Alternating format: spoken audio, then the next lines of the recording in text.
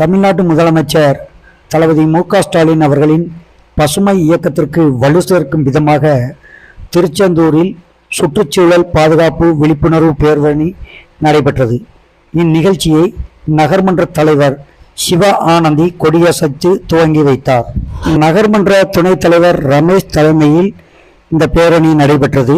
ஒருங்கிணைந்த குழந்தை வளர்ச்சி திட்ட அலுவலர் காயத்ரி முன்னிலை வகித்தார். பனைமரங்கள் பாதுகாப்பு கூட்டு அறக்கட்டளை நிறுவன தலைவர் எம்.ஏ. தாமோதரன் வரவேற்புரை நிகழ்த்தினார்.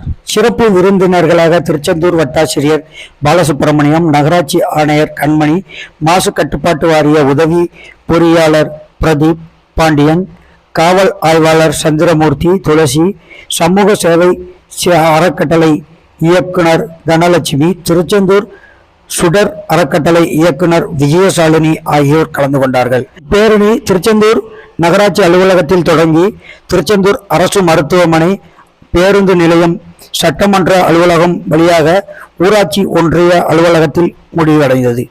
ஒன்றிய குழு பெருந்தலைவர் செல்வி வடமலை பாண்டியன் சுற்றுச்சூழல், இயற்கை வளங்களை பாதுகாப்பு, நெகிழியை ஒழித்து மீண்டும் மஞ்சப்பை, மரம் வளர்த்து மண்வளம் காப்பது, உடலுக்கு ஆரோக்கியமான பாரம்பரிய சிறுதானிய உணவு உண்பது, குழந்தைகளுக்கான ஊட்டச்சத்து சிறுதானிய உணவு, பனைப்பொருட்கள் பயன்பாடு, புகையில்லை இல்லா தமிழகம் குறித்த விழிப்புணர்வு சிறப்புரை ஆற்றி நிறைவு செய்து வைத்தார்.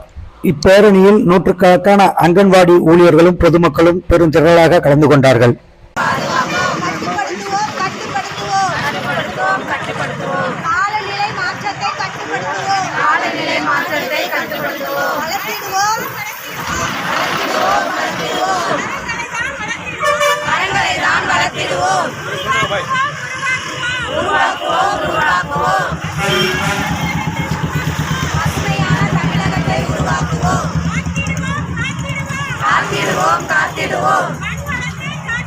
மண்வளத்தை காத்திடுவோம், காத்திடுவோம், காத்திடுவோம், நீர் வளத்தை காத்திடுவோம், குறைத்திடுவோம், குறைத்திடுவோம்,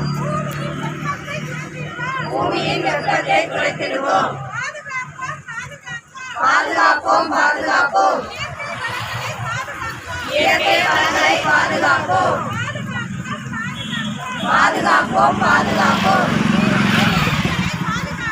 நீர்வளங்களை பாதுகாப்போம், உணவுகளை பயன்படுத்துவோம்,